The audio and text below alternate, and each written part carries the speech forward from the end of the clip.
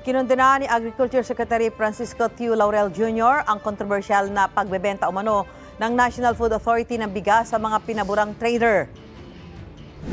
We cannot allow those who have been entrusted this noble task to build the NFA, enriching themselves at the expense of millions who struggle every day for a chance to feed their families. 139 na opisyal at empleyado ng NFA ang pinatawan ng 6 na buwang suspensyon ng Ombudsman. Sangkot umano sila sa paluging pagbenta ng 75,000 sako ng bigas sa mga pinaburan daw na rice traders. Kabilang sa mga sinuspinde si NFA Administrator Roderico Bioco na nauna nag-leave of absence para bigyan daan ang investigasyon. Hindi pa sumagot sa aming tawag at text si Bioco. Si Secretary Tiu Laurel muna ang tatayong pinuno ng NFA. Sa Senado naman, may resolusyon ang inihain para imbestigahan ang kontrobersyal na bentahan ng bigas. Bakit mo naman ipagbibili ang NFA rice?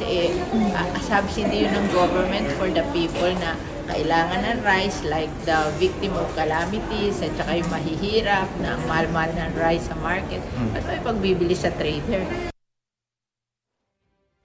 Mga kapuso, para una ka sa mga balita, mag-subscribe sa GMA Integrated News sa YouTube. Sa mga kapuso abroad, subaybayan niyo po kami sa GMA Pinoy TV at sa www.gmanews.tv.